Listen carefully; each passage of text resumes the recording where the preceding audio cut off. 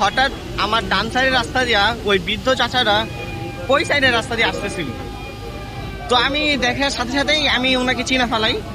চিনার পর আমি তাড়াতাড়ি রাস্তা ক্রসিং করে ওনার কাছে গেলাম, গিয়ে জিজ্ঞাসা করলাম যে চাচা কি হয়েছে। মানে আমি যাওয়ার পরে অনেকজনই ওনাকে চিনছে।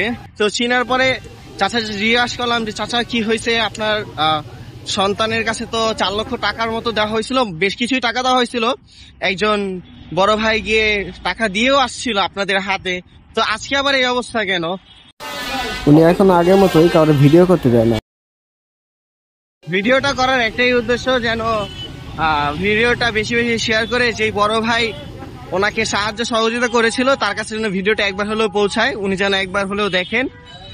দেখে উনি তো বাসা চিনেন, তো ওনার বাসায় যথাযথ ব্যবস্থা নেন।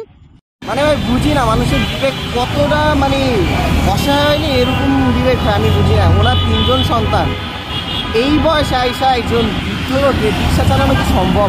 আদৌ কি সম্ভব হয় একজন মানুষের মানে রিক্সা চালানো? সবাই কষ্ট করে একটু ওই যেই বড় ভাই স্ক্রিনে ছবিটা দেওয়া ছিল তাকে একটু শেয়ার করেন তার কাছে, তারে মেনশন দেন যেন তার মানে এই বৃদ্ধ লোকে ছেলেদের বিরুদ্ধে যেন যথাযথ ব্যবস্থা নেয়, সেই আশাই কামনা করছি। আল্লাহ হাফেজ।